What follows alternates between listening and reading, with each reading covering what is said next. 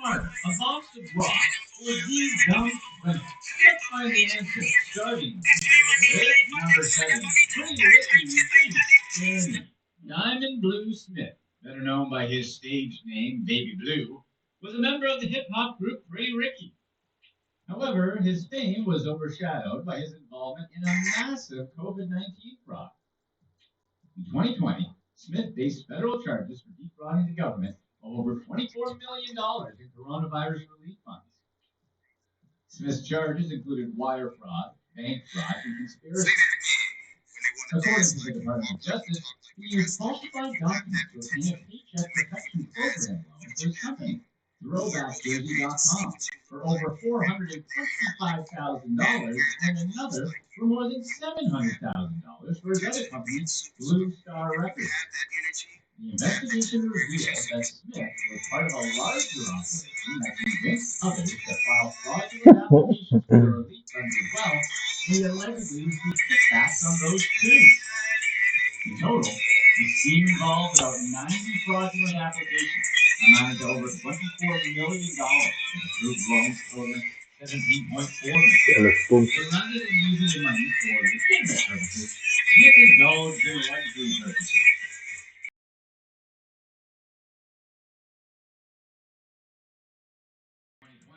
Smith was arrested and guilty of conspiracy to commit wire fraud. He was originally looking at 20 years, but was sentenced to only 20 months in federal prison instead, which he began serving in February 2022. The shortened sentence and the number of people implicated in the scam led many to believe that Baby Blue was a cheese-eating baby blue rat. Throughout his legal battle, Smith used social media as a platform to defend himself and denied any involvement in ratting on others, but in a kind of whiny way. He was adamant that he could never be a snitch, talking about his respect for his ancestors and the implications.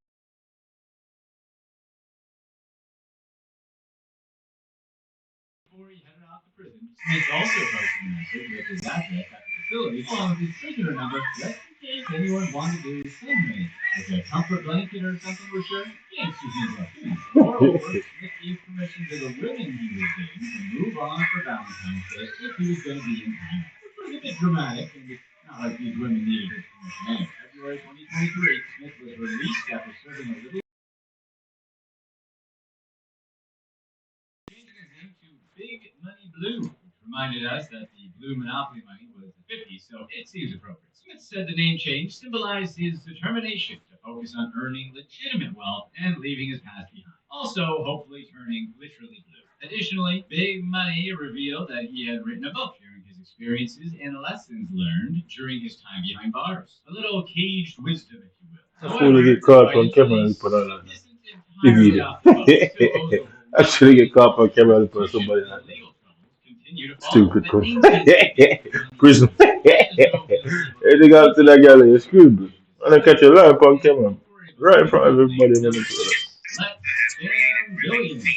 Stephanie Hunter, mother of two from Spring, Texas, attempted to steal the identities of billionaires, including Houston Rockets owner Tillman Fertitta. Hunter was buying personal information, including social security numbers, for just $10 on the dark web, despite being accused of these high-profile identity theft attempts. Hunter said she had no idea who her victims were. However, her actions suggested a targeted approach, as she also attempted to target other wealthy individuals like Walmart heiress Alice Walton. The investigation revealed that Hunter had used Fertitta's information to open credit cards in his name, including a Capital One bank account and a line of credit at a furniture store called Cons. The combined worth of these credit lines was about $20,000. When Hunter was asked why she did it, she said she just wanted money for her home goods, but never actually made any purchases.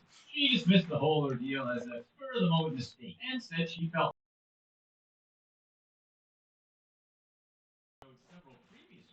Mushroom. green plants. You know what we're talking about.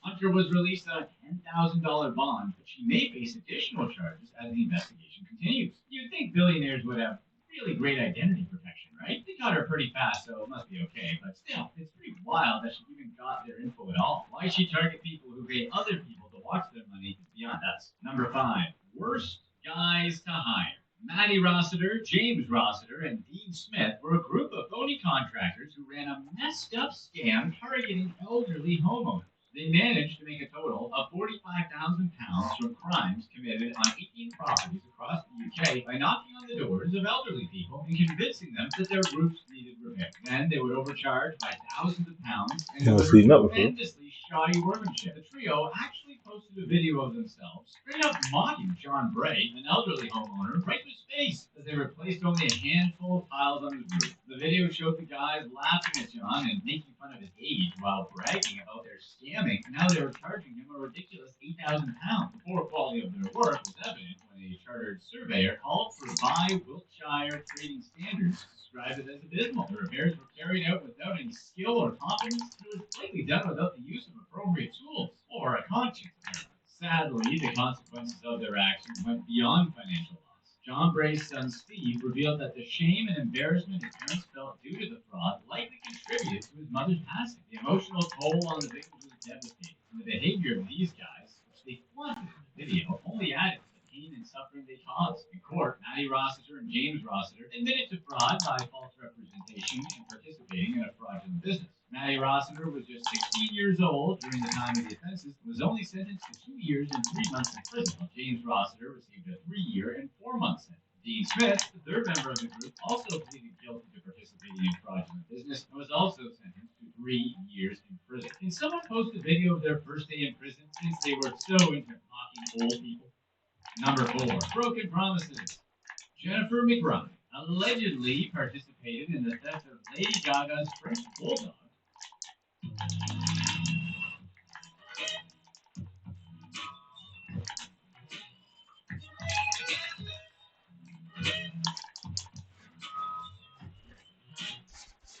Koji Gusta. The singer had offered a $500,000 reward for the safe return of her purebred pups. No questions asked after they were stolen from her dog. The dog walker, Ryan Fisher, was ambushed in Los Angeles late one night while walking the singer's Frenchies. 2 men attacked Fisher. When he resisted, one of the assailants discharged a firearm, grievously injuring Fisher. Bride claims that she was the one who returned the dog to Gaga, bringing them to the LAPD Olympic Community Station just 2 days after the reward was announced. According to her, Gaga had promised to pay the substantial sum without asking any questions if her dogs were brought back unharmed. However, McBride's association with the case goes beyond simply returning the stolen dogs. She was later charged in connection to the theft, accused of receiving stolen property and being an accessory to the crime. Since the return of the dogs, McBride has taken legal action against Lady Gaga. She sued the pop star for $1.5 million, alleging that Gaga failed to fulfill the promised reward, leading to McBride to seek damages. The primary perpetrator, James Howard Jackson, who was identified by the police, pleaded no contest to his charges and was sentenced to 21 years in prison. Fortunately, Ryan Fisher survived his injuries, although the incident was undoubtedly a traumatic experience for him. I do like coming up The dog walker has made a great recovery and is doing okay today. However, legal consequences for McBride are ongoing since it was discovered that McBride was dating the father of Jackson, so she had a direct connection to the crime. The fact that she thinks a judge is going to award her money is insane, considering such a ruling would only encourage copycat crimes. Number 3, the backpack. Ania Pratt, a Las Vegas woman, found herself in legal trouble after being accused of orchestrating a theft at the Encore at Wynn, Las Vegas. A man reported that his hotel room had been robbed, resulting in the disappearance of a large amount of cash and valuables. The man realized that his backpack containing $3,500 in cash had gone missing, along with his Protect Relief watch worth another $50,000. The victim had remembered meeting Pratt at a bar and later inviting her back to his room. His memory became easy after that. Surveillance footage from the hotel showed the man going back to his room with Pratt around 3:30 in the morning with the watch still on his wrist. However, at 6:30 a.m., the same woman was seen on video leaving in a black Nissan Altima registered to Pratt. Police then executed a search warrant at Pratt's apartment where they found items resembling those worn by the woman in the surveillance footage. Pratt was identified as the woman who accompanied the victim to his room, leading to her arrest. Despite her arrest, the stolen watch and the missing cash remained unrecovered, leaving the victim at a significant loss. And look, we're not saying it was okay what she did, or that he even had it coming, but why on earth would you leave that much? She definitely deserves to be punished, but the guy was clearly a moron. Number 2, unsafe. Mackenzie Long was accused of stealing stacks of cash from an unlocked safe in a hotel room. The incident occurred when the alleged victim and his friends met Long and another woman on the casino floor, exchanging phone numbers and eventually meeting up in the hotel room where the safe was. But the group didn't bother locking the safe, leaving their cash and passports exposed. After spending some time together at the hotel's pool, Long and the other woman suddenly disappeared, quickly raising suspicion. On returning to the room, the group discovered the safe was still open and their money and passports were missing. Boy, were they surprised. In total, Long managed to steal approximately 15,000 Canadian dollars, which are a lot like US dollars, but with better manners, along with a laptop and passports. Adding to her legal troubles, Long was arrested for being paid adult company at the area on a separate occasion. She's now facing charges of residential burglary, possession of documents to commit forgery, grand larceny, conspiracy to commit grand larceny, and loitering for the purpose of paid adult stuff. At least these guys got it half right by putting their valuables in the safe. But someone should tell them that safes only work if you lock them. Otherwise, it's just a heavy box with expensive stuff that people can just keep. If you're enjoying this video, definitely stay right here for our past release about more dumb criminals. Number 1. Just couldn't wait. 3 friends from Las Vegas, Prince Bracy, Asha Harrison Grady, and Eudacia Thomas Gray, were arrested and accused of stealing over $140,000 worth of cash, jewelry, and valuables from a hotel room at the Virgin Hotels in Las Vegas. According to police reports, 3 tourists met Asha Harrison Grady at the Harbor Island Apartments nearby and invited her to their room at the Serene Hotel. He handed over his room key to Asha, always a smart thing to do with people you don't know, and asked her to retrieve his wallet with $2,000 cash from his room at the Virgin. How could this go bad, you might be wondering? When Asha returned, she claimed that the wallet was empty. And you almost can't blame her, though, right? Again, we're not saying it's okay, but geez, if that's not asking to be ripped off, the tourist became suspicious over the missing cash and contacted the police. During questioning, Harrison Grady admitted that Prince Tracy and Eudacia Thomas Gray were also involved in the theft. According to her statement, the trio stole basically everything the tourist brought, including a Louis Vuitton backpack and purse, 3 luxury watches, 2 pairs of Beats by Dre headphones, sunglasses, jeans, polo shirts, car keys, a pair of Jordans, and a bag containing $40,000 in cash. Police later apprehended Bracy and Thomas Gray as they were walking down Paradise Road, one of the main Las Vegas roads just off the main strip. Bracy was found wearing one of the stolen watches as well as the Jordan, and he had several $100s in cash. The 3 suspects were charged with burglary and grand larceny. Prince Bracy just couldn't wait to show off all of his stolen stuff. As if anyone, such as the police, were going to believe that the watch he was wearing was his. It's not like it was a Timex or something. Not the Timex at all, but it's definitely not on the price level of a Rolex. Basically, he was just confessing to the crime by wearing the watch while the police were looking for him. Who are some of the worst people at stealing? Let's get right into the criminals who should not do crime as their full-time job. Number 6. Just pretending. A woman pretended to be homeless while she panhandled at busy street corners around Richmond, Virginia. Michael Lee Dominguez was begging at an intersection when she was approached by 2 men who questioned her homeless status. The men followed her to a McDonald's parking lot where her car was parked. They confronted her for faking being homeless and filmed the entire encounter. In the 4-minute video, they asked her how she afforded her car, a black 2014 Fiat.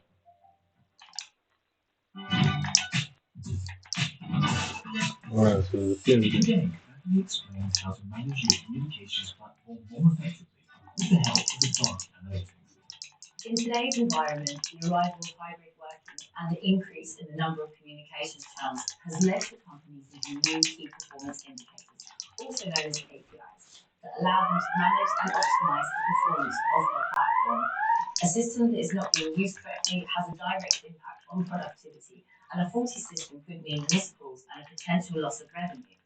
Which KPIs should you be monitoring? From an IT perspective, it's important to get a complete picture of the platform, to monitor the quality of service and the performance of the network, and to do all of this in real time for each channel, site, user, and but device. it shouldn't be like that for this. Why not? Showing KPIs and how Shaolin Shimmy, both respond if there's a problem. What are some of the latest trends in analytics? One trend that is very much expected dashboard is for businesses to be able to access their end users' performance via analytics reports in their dashboard anywhere on any device. And this dashboard goes beyond IT KPIs and also includes line of business analytics reports. And what do these new line So you can see, allow you to do? yeah. The idea is If you try to get the calls. So I can't wait to come up against the Kong Lao now, yeah? Because when you hit him up there, you should be able to do back four, yeah? So hit him, back four, yeah? Hit him. So before it drops, there's such a delay in between my controller. There's such a delay in between the controller. Bang, yeah, bang. So I can't just do that and then punch him at the same time. So I wanna before it drops, I wanna do that, innit? So yeah. So bang, it won't allow me to do it. So I can't wait for somebody to pick Kong Lao now to see if they can do stuff like that. Because trust me, nobody's as fast as me. I'm very aware of that. I mean, see, it allows me to use that one, but then once it goes up, it's like there's a bar on how much combo I can do in it. So when you hit them down there, I should be able to hit them a second time. I hit them up twice, innit? You know what I mean? Like everybody else, you see everybody else fight, and they'll hit them up multiple times. But I'm just spamming, no, I'm just spamming forward and Y. Yeah, I'm just holding forward and then just Y. You should be able to hit him twice because that sets him up there, yeah? I can't do anything after hitting him like that. I can't. I mean, no, it won't allow me to do it.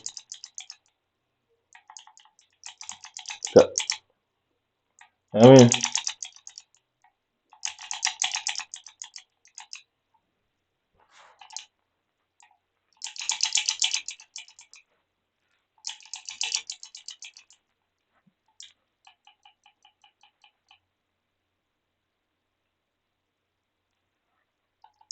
yeah.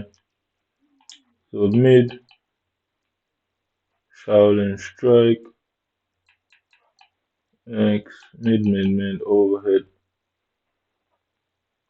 downward slice, yeah? So this thing, I don't know, I don't really look at the moves list like that. I just figure it out by button, but this overhead thing, it's meant to hit you up, innit? It's basically a setup move for everyone. So just like our finger Sub Zero is, I'm supposed to be able to look, it won't allow me to attack.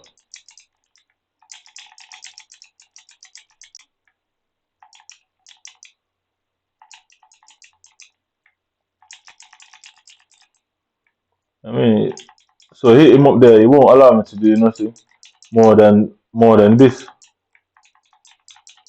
That's the only thing it allows me to do. It won't allow me to do. And the why it allows me to do that because that's an animation. It's not actually a combo mechanic. So if I hit him there, yeah, I should be able to hit him again, hit him again, so hit him again, hit him again, hit him again, hit him again. Look, there's such a delay in between me. It has nothing to do with the meter because this is practice mode. So it has nothing to do with lag. Yeah, this is just on the Xbox on the actual game. So lag plays no account here. Yeah, so if you watch this here, it won't allow me to just like hit him twice. You see every overhead, everybody has overhead, they can hit you up twice, yeah.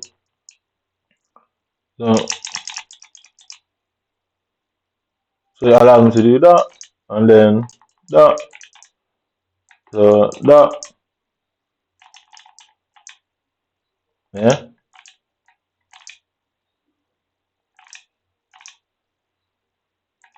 So that, if I go this way, yeah, it's just that way, isn't it? So that, so there's something about this direction especially where things don't seem to work quite right. No, there's such a delay. Like I say, it's easy to catch it. They probably didn't think I'd ever use Kung Lao, innit? They didn't expect this one, definitely. But anybody that sees Kung Lao fights, they know how Kung Lao fights. He's supposed to be able to.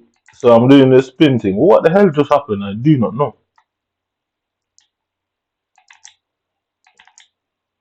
So I think he teleported there. Yeah, because Kung Lao should be able to tell. He should be able to teleport as well. Yeah. Yeah, he definitely can do something outside of the air.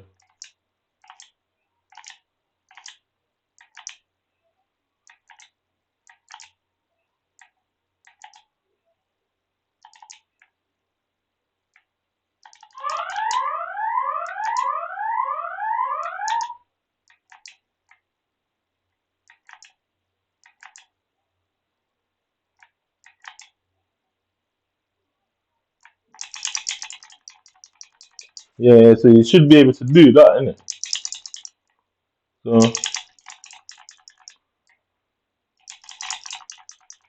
yeah, so how does it go? It won't work. He finally passed it. Yeah, so I gotta do it twice. Yeah, I can only hit him twice there to get that 7 hit combo. Yeah. Well, I'm sure Kung Lao. Yeah, so I just want to do that when I want to. So that's a simple move. Down up air. Look, it's glitching out again instead of doing it. Look at it. I don't know what is going on there. Man. I don't think they thought I'd have used Kung Lao at any point. Look, I don't know what reset button is that. What is it? Oh shit, what does that do? Is that just starting the practice over? It must be, oh, yeah, it must be because life's gone back in it.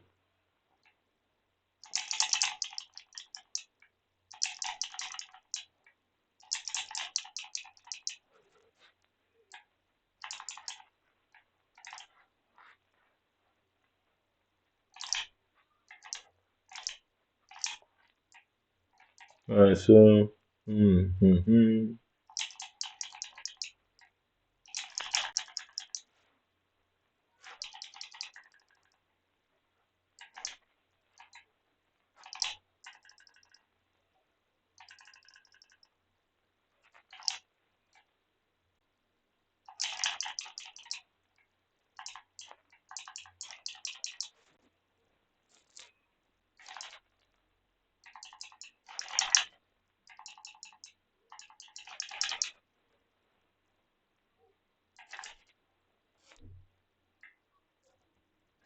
So it goes to 8 there, yeah? So that, yeah. Mm,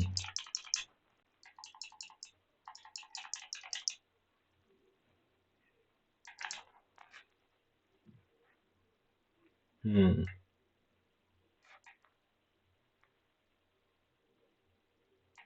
So, okay, that burns it. That bars out, okay.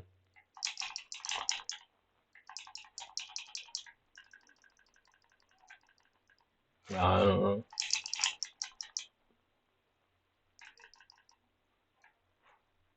Only does 2 there, yeah?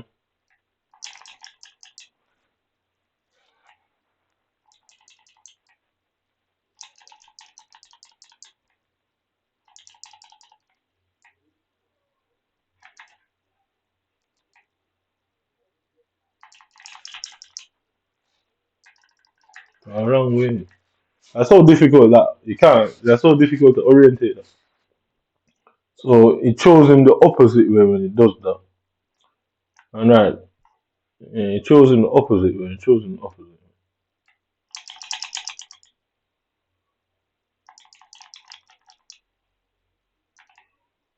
way. Mm-hmm. It chose him the opposite way. Okay, no.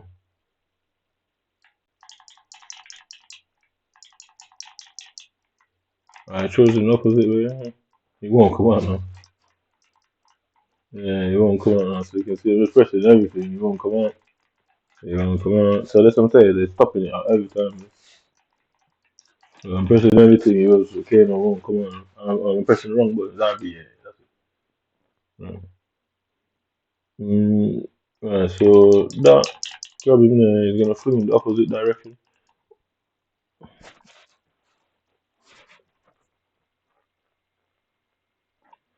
Alright, so I guess it's a cameo that is with him in it.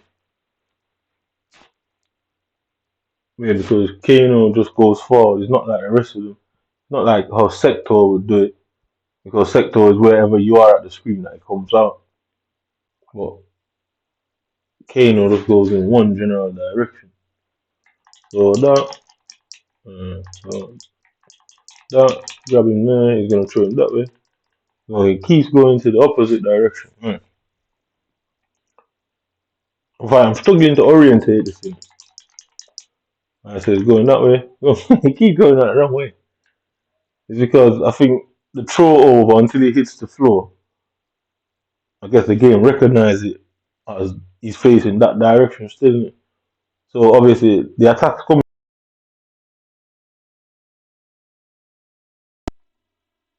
I don't think it's a timing issue because if you want to hit him as a part of a combo, it shouldn't be a timing issue, isn't it?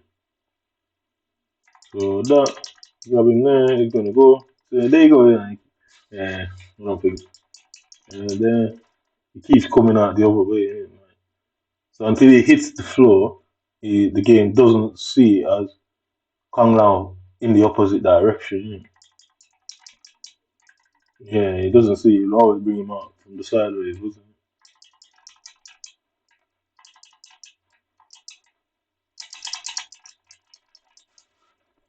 Yeah. At least that kicks him out. So that. Alright, so okay. That. Okay, no. Too slow. That.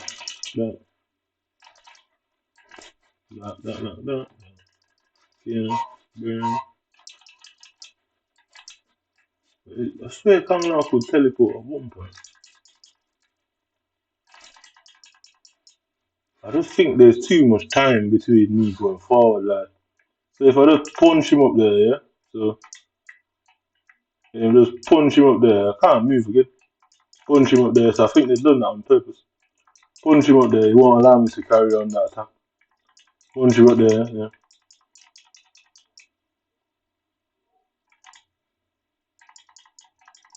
Bro, that's the same problem, isn't it? So knock him up in the air, yeah. Up, can't move. Up, can't move. Up. So that can you do that hard? So that. So I press X and Y, it does the same, innit? So both the punch button does that, innit? So this punch button does it, that goes up to 6. That yeah, both X and Y does that, innit? So what is it now? So that before it gets up, that before it gets up, that no. That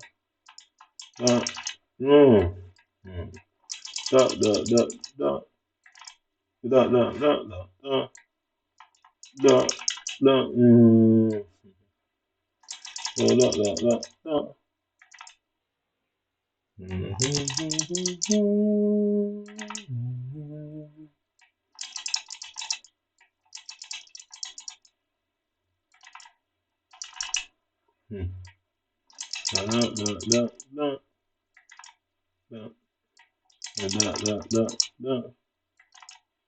So you see, it's not registering the back for some reason. That because I think the intent is not for me to have them back into a corner. So the whole timing process, they've done something to it. I've got to time it more than anybody else.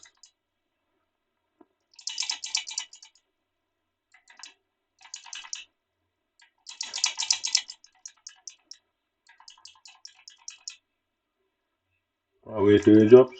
No. See, obviously that doesn't continue the combo that way. Innit? Flick him over there. Punch him. That.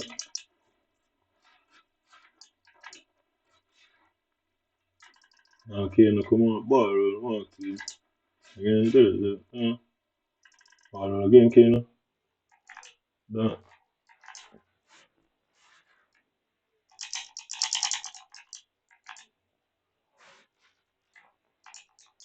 Missing that. What's it? Main character. I say, there definitely was a way. There definitely was a way. Have you got any kick combo? Kick. What you got with B in there? So just YB, but YB, XB, so X, XB, YB. Okay, let's see YB. And most of the stuff is uses feet mostly. So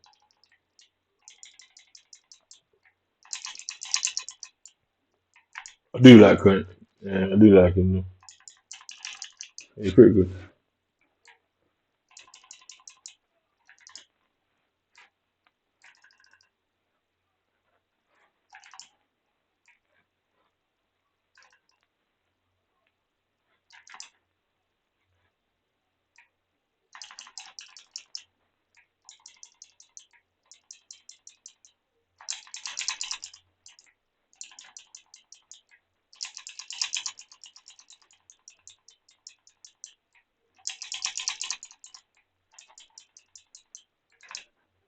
hmm I just feel like there's something wrong with the game though. I can definitely feel it. Because I think I should know, I should be able to recognize when I'm the reason that the combo doesn't work. But of course, look how tall General Shout is. You really shouldn't be missing him any at all. Like you get me? There's no way you should be hitting over his head or missing him. Like, look how big he is. So I don't know how if that works for everybody. But obviously, a shorter player. Because that thing that Sub-Zero guy was doing yesterday, you can see that would hit anybody because of how he does it, innit? But General Shout, I don't think you should. If you back him in the corner, I don't think you should be missing him like that.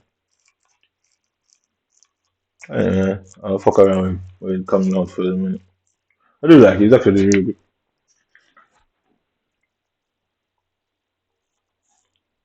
He's not simply, he's not a simple character. And that's the thing. Innit? Like, the rest of them you can just do all over the place, like Smoke, Sub-Zero, them type of characters. But I think I don't know because him and Raiden are brothers, and obviously, can you imagine you and your brother, whoever the fuck they are, yeah, he's Luke and brother, innit? And Luke became a god and you sucked it. So I think that's why they've always made Kung Lao like that, innit? Through the Mortal Kombat series. The difference with him, he's got way more than I guess Luke does. He's got way more attributes and stuff to him than Luke generally does.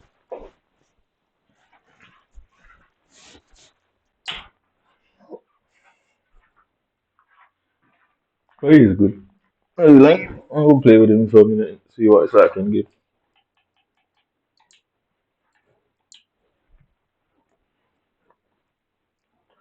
It's just the arrangement that I've got to think about it. Like, I'm fighting.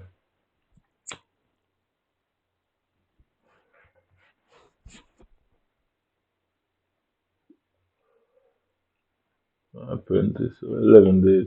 I don't want to play. I don't want to play the rank match because it's just gonna fuck with me, pings and stuff. But I'm still gonna play it though. I'm not gonna. I'm not gonna let them win down. I'm just gonna just always make note of it that I know what's gonna happen before it happens.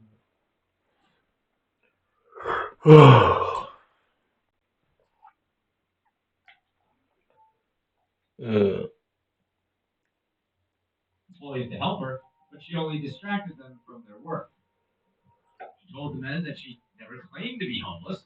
Instead, she was disabled.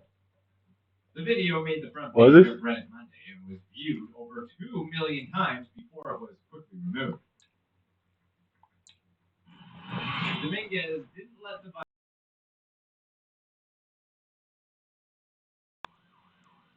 people recognized her and started filming. What's going on? Officers responded to the incident and found Dominguez in a parking lot. Was it wrong much? I didn't realize. She told the officers that people were harassing and filming her while she was at the meeting. A woman interrupted Dominguez's complaints to tell the officers that Dominguez threw things at their cars while in the parking lot. She filmed the entire exchange. The video captured Dominguez throwing 3 full. I'm saying so when they hit me up, you can see they can just continuously go in it. Police arrested her and she was charged with 3 counts of throwing a missile at a moving vehicle. Felony charge. Despite her arrest, she was back on the streets of Richmond begging for money in 2020. Video footage from a driver showed her standing in a busy intersection with a white bucket in one hand and a sign saying "Please help" in the other. Number 5. Nurse Otto. Hospital worker Aisha Basharat used a dead patient's debit card to buy snacks and a drink minutes after the patient passed away. Basharat worked in the I think it's a wrong match. I don't know what's going on there. Hospital in Birmingham, England. 17 minutes after the 83-year-old lady passed away, Basharat was seen on security camera at a vending machine buying chips, candy, soda. She went back again that evening to buy more. 4 days later, camera footage caught her at the vending machine again, but the card didn't work. The family canceled it when they found out it was missing, and the police arrested her during her shift. Basharat defended herself by claiming she found a lost debit card on the ground and picked it up. When she went to the vending machine, she confused the patient's card with her own and didn't realize that she paid with it. Her defense was reasonable until the court saw that Basharat's card was a different color than the stolen one. The hospital had protocols for lost items, and she should have immediately turned the card into a false representation and was sentenced to 5 months in jail, but that sentence was suspended for 18 months. Number 4. Can't help himself? In 2022, a man in Washington used a fake $100 bill to pay for his drink at a child's lemonade stand. 11-year-old Jeremy son makes him extra spending money. The man visited the stand and ordered a drink, but only had a $100 bill.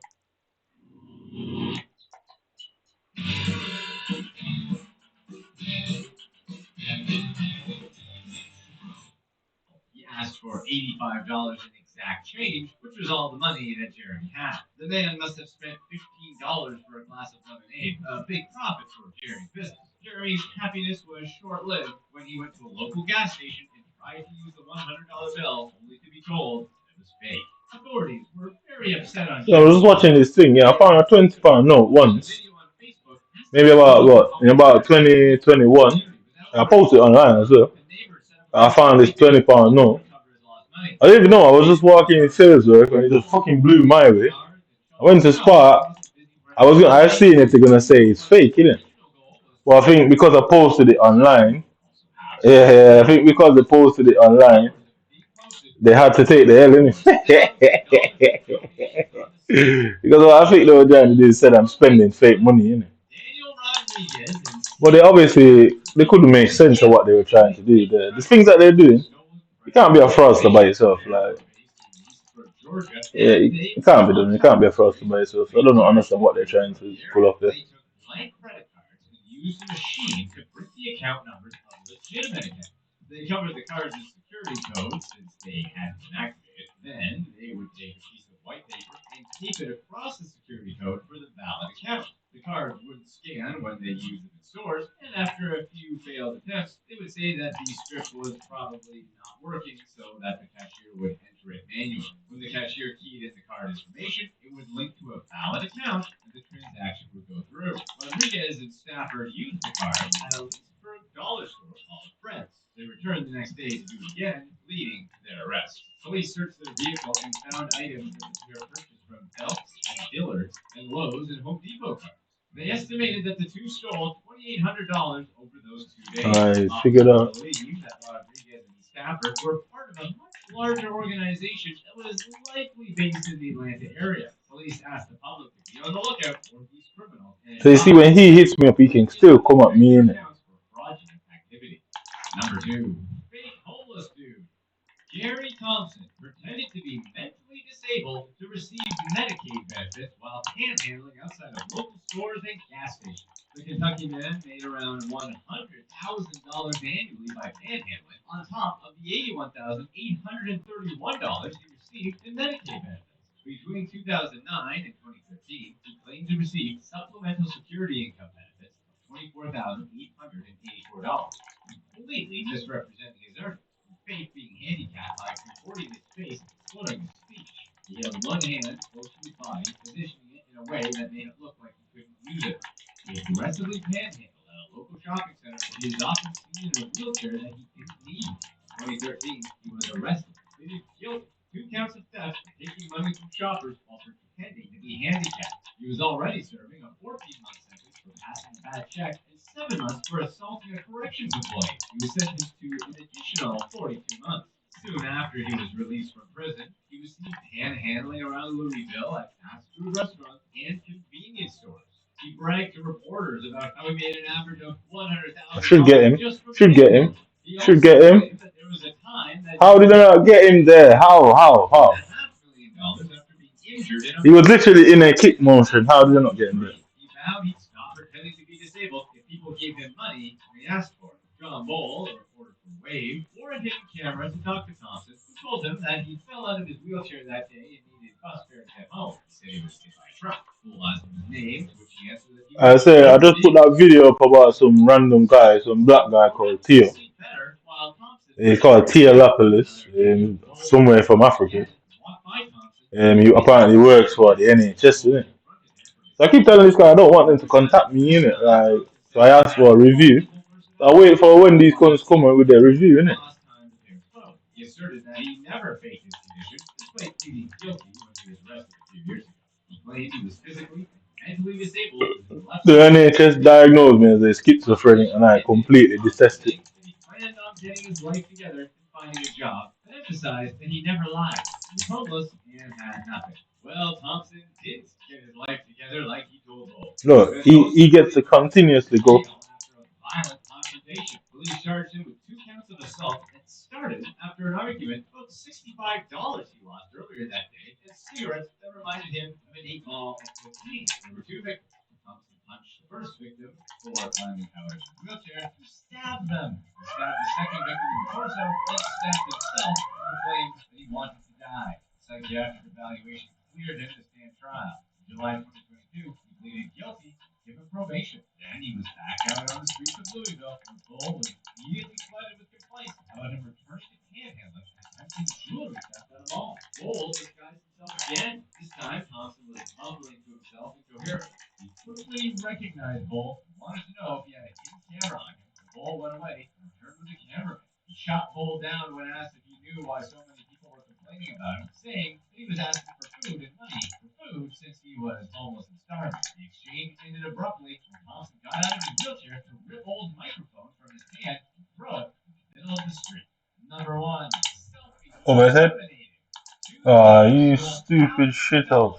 An iPad and other electronics from victim Randy Schaefer's truck. The incident happened in Houston in January 2015. A week after his possessions were stolen, Schaefer logged onto his iCloud account where he found pictures and a video of the 2 men holding $100 bills and staring into the camera. The thieves, Dorian James and Dylan Thompson, didn't realize that photos taken on the stolen iPad would automatically upload to Schaefer's iCloud account. The pair took pictures and video at a local burger table where they bragged about the things they'd stolen, with no idea that they'd uploaded evidence of the theft to Schaefer's iCloud account. James uploaded the video to his Facebook account and introduced Thompson as his brother. The theft was part of a successful side hustle that the pair operated. Members of the media quickly linked the video to the robbery, leading to friends rushed through Dorian to delete the video. He eventually did. James was arrested several times prior. In 2013, he was arrested for marijuana possession. In 2014, he was arrested for trespassing. His arrest for trespassing happened when he unlawfully entered a woman's car. The case was dropped.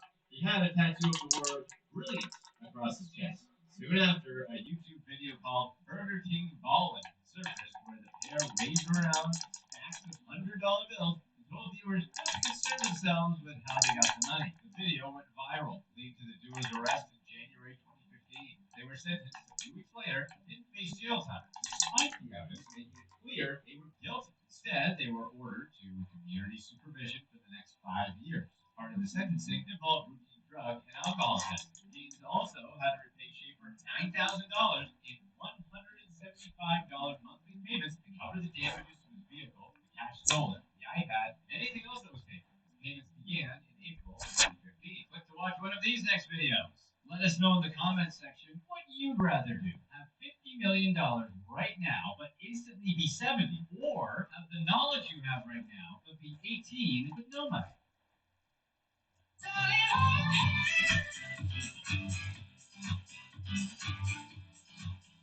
What kind of stupid question is that? I mean, Hi everyone, how are you doing? oh, I'm so tired. I am so sorry about the last 2 weeks. I have been having so many technical issues. So for those of you that don't know, just a brief story of what I have been going through the last 2 weeks. So my Mac broke on me. That was during the last video that I uploaded. Somehow managed to fix it temporarily and get that video finished. But I didn't want to risk editing another video on that Mac. So I ordered a new Mac and then I just got the idea of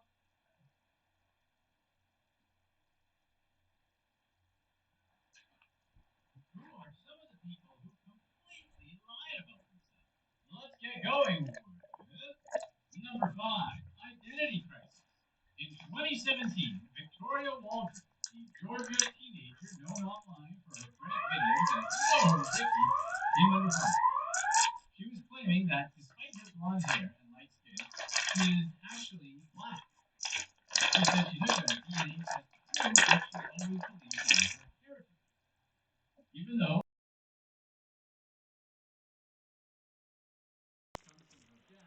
she never knew he was actually mixed race. Since announcing her African American lineage, adopting a new accent, using the N-word, wearing grills, do-rags, and bonnets. She also started twerking and fighting. What does that have to do with anything? 600,000 Instagram. You are some weirdos. You white people are some weird people. Shit that you would say. But she refused to believe it for whatever reason. I remember when back in the day when big lips weren't the thing, you get me? Now everyone wants a big lip and a big ass, you get me? Crazy people. It's as if these men decide when something is okay and isn't, you know? It's like when their kids are going against what they want and they think is okay, they bow out and then start making it popular. You know? Responded by calling her followers racist.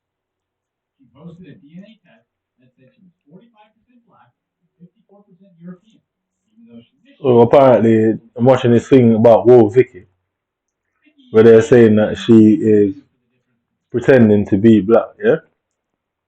So obviously, I don't, I don't think this guy understands what he's talking about. Yeah.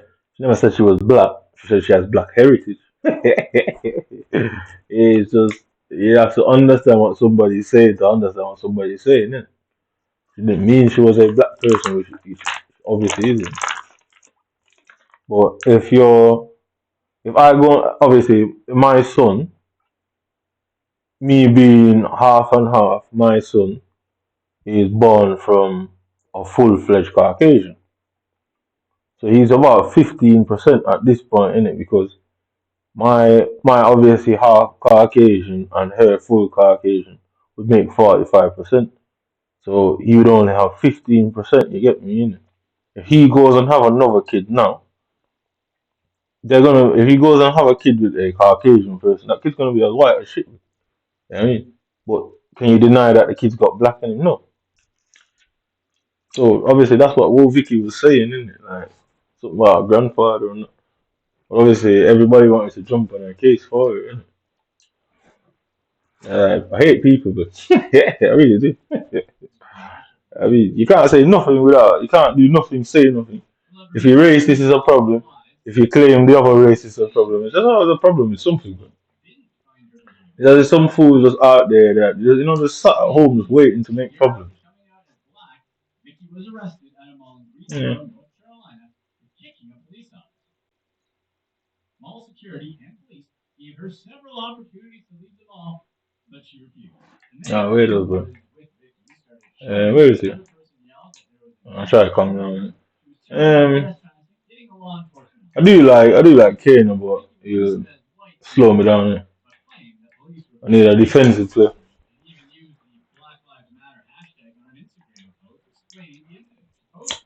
It's time to save Britain serious money.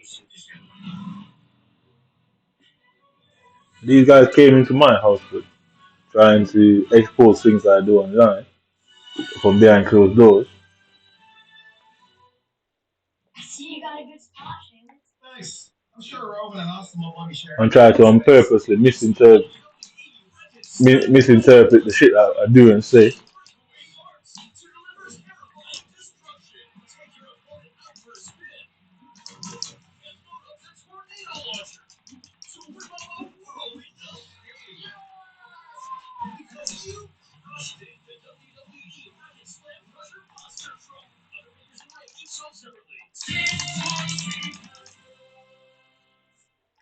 Posted a video of her arrest on Instagram, along with her mugshot and the hashtag #FreeVicky2023. Whoa, Vicky, still stirring up controversy online. She still wears cornrows and appropriates black culture. In one video, she praised Jeffrey Dahmer, and in another video, spoke negatively about the LGBTQ community. Vicky used her platform to try to enter the entertainment world, releasing songs called Cash App and Indestitute, both rap and hip hop.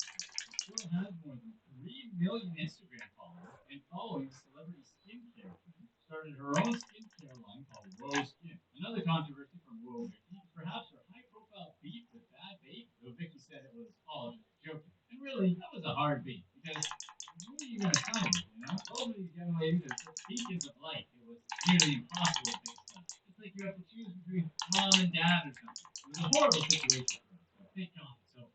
Number 4, the cartel CEO Oh, Marty Tibbetts was a Michigan millionaire and CEO of Clementine Live Answering Service. But the DEA said he wasn't as much of a CEO as he was someone that needed to be enforced by their agency. He used the alias Dale Johnson to fund a global cartel and design submarines to bypass authorities in Europe. Federal authorities exposed Tibbetts' double life after arresting his partner in crime, Lee Didani, who was wanted it's backwards.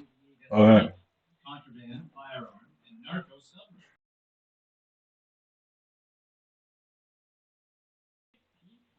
Authorities arrested Didani and searched his phone, in which they found pictures of him posing with guns and stacks of cash. Because if you have both, you have to take pictures like that. It's the law. In addition to conversations with Tibbetts about fraudulent passport, contraband sales, and money laundering, Tibbetts also apparently worked with fellow cartels to create a touristic narco submarine called the Torpedo, which would attach itself to the hull of a larger ship via a large magnet, which is admittedly super cool. The submarine could be manipulated by a remote control and a fishing boat could approach the boat to retrieve the contraband and get on the shore. They built a submarine prototype in 2018, but the operation never came to fruition. Tibbetts passed away when his vintage fighter jet crashed into a Wisconsin dairy farm in July 2018, incinerating 50 cattle. Authorities arrested Didani 2 years later in North Carolina on charges of conspiracy to distribute controlled substances and money laundering. Tibbetts began his partnership with Didani in 2015, giving him $1.8 million to fund his illegal activities. Over the years, Tibbetts transferred millions more to Didani. They raised $12,000 in funding in crypto and an Albanian bank account to pay for the Tibbetts passed away. Didani could no longer find enough funding for its cartel and relied on a sponsor in the United Arab Emirates. But in 2020, authorities seized hundreds of kilograms of what we call nose beer in the Netherlands, leading to the ultimate downfall of his empire. Authorities looked through Didani's luggage and found controlled substances. I see, no credit. I'll go with 500 kind of Shocked, he founded the World Heritage Aviation Museum in Detroit and is survived by his wife and 2 children. His neighbors and friends called him a joy and business visionary. In regular, cool. Number 3, not your accent.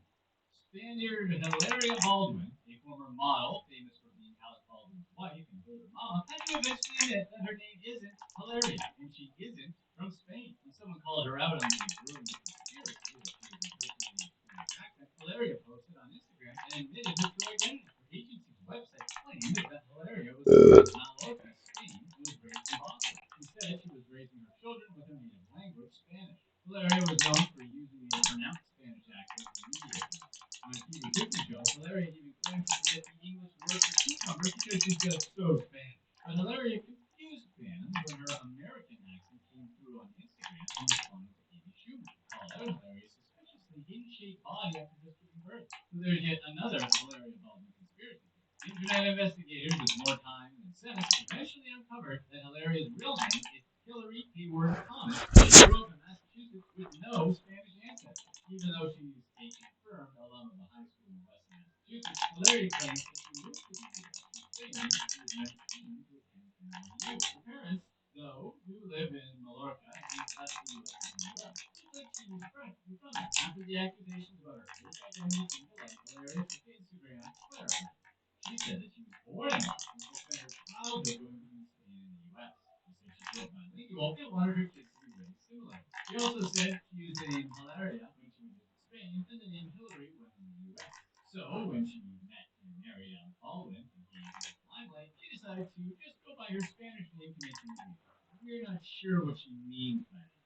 Even though she was born and raised in Boston, Hilaria claims that her fluctuating Spanish accent represents the two cultures in which she grew up. She says that sometimes her accent changes depending on if she's been speaking more Spanish or English recently, and accidentally mixes the two languages when she's feeling flustered. Hilaria says she prides herself on being authentic and wants to claim both her Spanish and American. Honestly, we always thought the Boston accent was way too cool, so it's a shame she cast it aside to appropriate Spanish culture. Hey, Hilaria, where's the bubla? Let's go to the factory and get some time. Go pack the cat.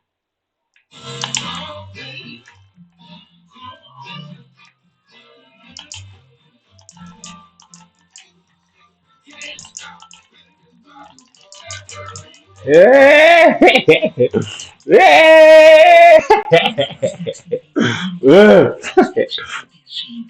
ahol a természet és a hagyomány összefonódik. Ez a varázslatos hordóvágy. A generáció. Number 2, Samantha. Who? Samantha Lindell Has a Party is an international convict who invented fake identities to swindle wealthy Australian families and government authorities through an au pair state. An au pair is a live-in helper from a foreign country. What's all this? You get all of them, huh? We had to look that up. As a party, Khan. I'm not gonna stop till I get come down. Jervis into believing that she was a rich American family was paid $6,500 in 6 months by working for the Jervis family. At the party, Duke, another Melbourne couple, when she said she was an au pair named Saka. At the party, Khan, yet another family, when she said she was a talent recruiter named Marley and took their child to Sydney. Foreign governments have also fallen victim to at the party scams.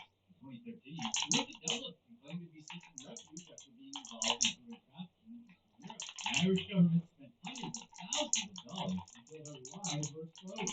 She was deported to Canada, where she started even more lies. Back in Australia, she told a family in Perth that she was a Russian gymnast named Emily. Other people saw her in Sydney, claiming to be a schoolgirl half her age. In August 2022, As a Party told non-profit organization Jewish Care in Australia that she was a 14-year-old French survivor of human trafficking. She said she had arrived in Australia desperately seeking a foster family to take her in after fleeing her home country, France.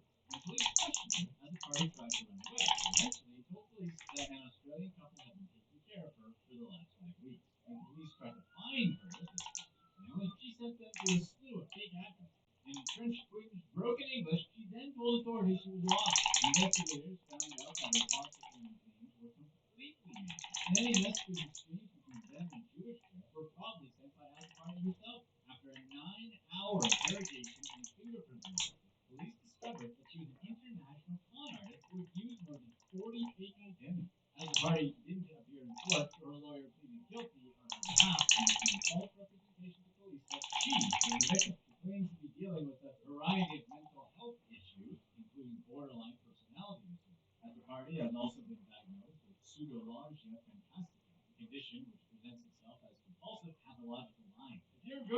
video, be sure to stay right here for our fast release on this guy who was nicknamed The Voice because of his ability to impersonate powerful women in Hollywood.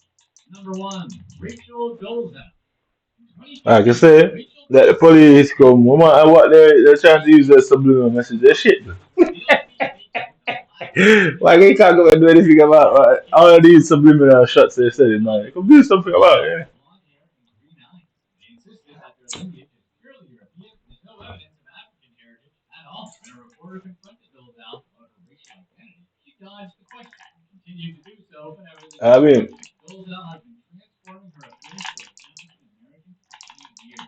When Dolezal was a teenager, her family adopted 4 black kids and she became fascinated with their culture. She started using hair extensions and even tried to grow an afro. She changed her accent and in college created her undergraduate portfolio of African American art. This earned her a full ride to the historically black Howard University for a master's in fine art. By the time Dolezal she perfected her look. She was elected president of the local NAACP and criticized America's white power structure. She said that her father was just her stepfather and posted a picture of herself hugging a black man on Facebook, which she claimed was her real father. Dolezal said she has been the victim of several hate crimes over the years, such as receiving a bundle of racist letters and pictures in her mailbox. Police had investigated the letters, and Dolezal had to deny planting them there herself because she probably did. In 2020, ah, Dolezal she offers fans personalized video messages for $37 each, or they can message her for only $2.99. Some of her videos include birthday and congratulations. Almost 10 years after her true racial identity was revealed, Dolezal still insists she's black and has been unable to land a job because of her scandalous past. To make ends meet, besides selling videos on Cameo, Dolezal sells her art online. Unsurprisingly, most of her work is centered on race. it's some kind of it's hard to use, but it's pretty good to catch it. Dolezal continues I'm actually gonna focus on Conrad for a minute and see if I can get to it. You know, because the smoke is not the best person to fight. OnlyFans in 2020 sold scandalous photos to anyone who paid for them. In September, apparently, a series of photos were sold to Rihanna's Savage X lingerie line. Fans was her content for $9.99 a month. Dolezal also said she would start selling foot pictures and fitness tips. Dolezal promised new content 3 times per week. This isn't her only side. Dolezal previously tried to sell homemade lollipops, melanin spectrum dolls, and a sculpture of an electric chair. Yeah. Jason has home serve cover to keep his home working and claims lines he can call 24/7, 365 days a year. So he can relax. There is electrics, drains, plumbing, and boiler. You'll be taken care of. Search home serve today. We're on our way.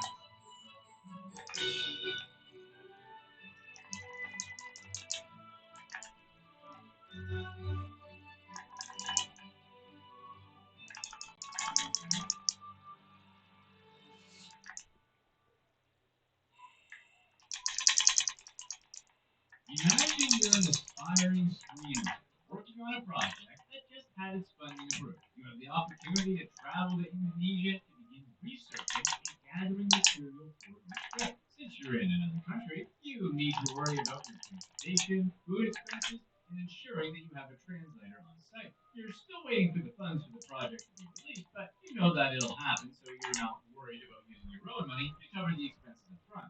You throw yourself into your work, but still spend time speaking to Hollywood executives where nothing seems out of place until one day you find out that the whole thing was a hoax. This happened to Gregory Mandarano, a screenwriter from Long Island, New York. In the summer of 2015, he traveled to Indonesia 6 times to work on an upcoming project.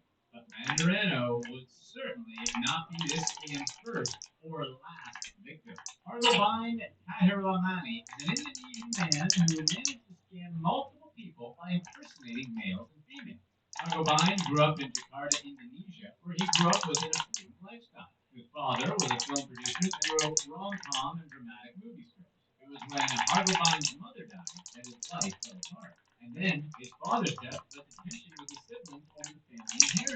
Soon, he was cast out from his family after he and his siblings fell out over property disputes. He attended school in Jakarta before he moved to the U.S. to attend college.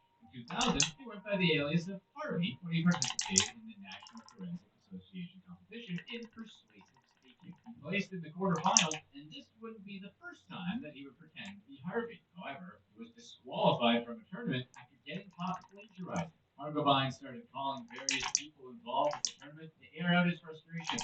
However, rather than making calls for himself, he decided that he needed a more powerful name that would attract people's attention. This was when people involved in the tournament started receiving calls from Kate Blanchett, who claimed to be calling to represent him. Of course, it wasn't the Australian Academy Award-winning actress that people were speaking to. It was Argobine. Argobine's crimes date back to the early 2000s, starting when he was still a student. Public court records state that he and a few others were part of a lawsuit over the misappropriation of school funds. The Hollywood Reporter also discovered that he was booked for falsifying checks in Las Vegas. The Hollywood Reporter also discovered that he was arrested Rob Blind. in his home country of Indonesia. It didn't take long for him to set his eyes on Hollywood, where he would commit most of his crimes.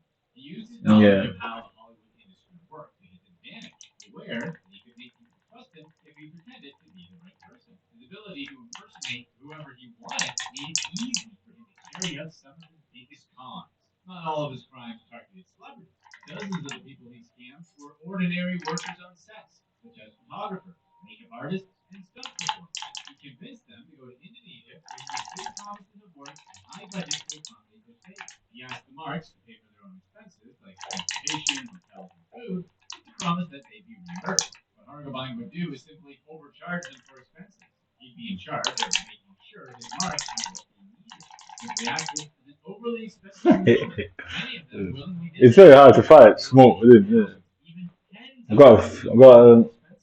come up with a Following the strategy lawsuit, properly. Argobine was also the host of the food-centric Instagram account Pure Bites. Although he never identified himself on the account, he managed to gain 50,000 followers. He used the tagline, "Every meal has a story." He presented himself as someone who grew up in Indonesia and the US. He account had photos and videos of well-photographed meals from some of the fanciest restaurants in the United Kingdom. He mentioned his escapades exploring London's culinary scene and would use his platform to promote different restaurants. He sometimes rounded out the posts with mentions of his love life, his relationship with his parents, or the time he spent exploring London's culinary cuisine. Sometimes he told fans about struggling with potentially life-threatening illnesses such as pancreatic cancer. The Clerkenwell Boy, another faceless Instagram account, is an account that also documents restaurants in London and has 250,000 followers. One thing that Hargobine wanted more than anything was adoration. He was not the he would fawn over anyone he met that he felt could help him raise his status. If you were talking to someone of high status, you would laugh too hard at their jokes or compliment them so much that it would make them uncomfortable. When he wasn't worshiping high profile people he met, he was name dropping other people he knew. He wanted to make it clear that he was well connected in the London restaurant scene. Al Hansen is a highly regarded photographer in the industry. He was contacted one day in 2018 by a man named Gavin and Benny, and Benny wanted pictures for his Instagram account and felt that Hansen would be the perfect person to take them. And Benny was Hargobine's new alias, and the one that he would use to promote his Instagram account. But Mbani wouldn't accept no for an answer. He name dropped Sarah Packer and Itamar Surlovich, the chef owners of Honey and Company, a popular Middle Eastern restaurant in London. While he claimed to have a close relationship with Packer and Surlovich, the couple only knew him as a customer at one of their restaurants. And Benny spoke to Surlovich one day about Karam Sehi, one of the people behind the Michelin-starred Imtana restaurant in Mayfair. Surlovich spoke about his admiration for Sehi's work, and Mbani offered to introduce her. However, Sehi knew of Mbani for the wrong reasons. Mbani had gone to Sehi's restaurant, Krishna, 4 or 5 times. While Sehi saw him when he was there, he thought Mbani was just an ordinary customer. Then, after feeling disgruntled about how the staff was treating him at the restaurant, Mbani sent a slew of emails complaining about the service at the restaurant. So much so that he cost him his attention. According to Mbani, the staff member wasn't giving him the attention that he felt he deserved when he was there. He was heated and threatened to call Michelin and his attorney, said he personally called Mbani to smooth things over. And that's when Mbani's demeanor completely changed. Rather than continuing with his threats, he expressed admiration for the chef, as if he was Sehi's superfan. Since Mbani knew some of his friends, he agreed to get a coffee with Mbani to discuss the project. Mbani told him that he grew up in India and was born into a wealthy family. He said he was connected to the UK, and his goal was to become a key influencer in the future. Bonnie planned to develop a taxonomy account by developing the disease identity, and Bonnie called upon his restaurant friends for the locations of the shoot. First was at Zoo Tea House in Chinatown. Second was at Orient Health in Toyota. One shot, and Bonnie sat while several service clerks discussed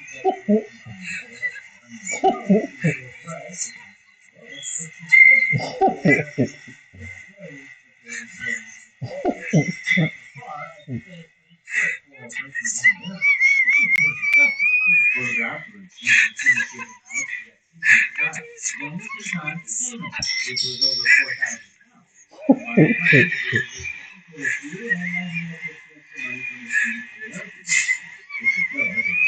Of course, he promised to get me soon. After found Bonnie odd, but worried about getting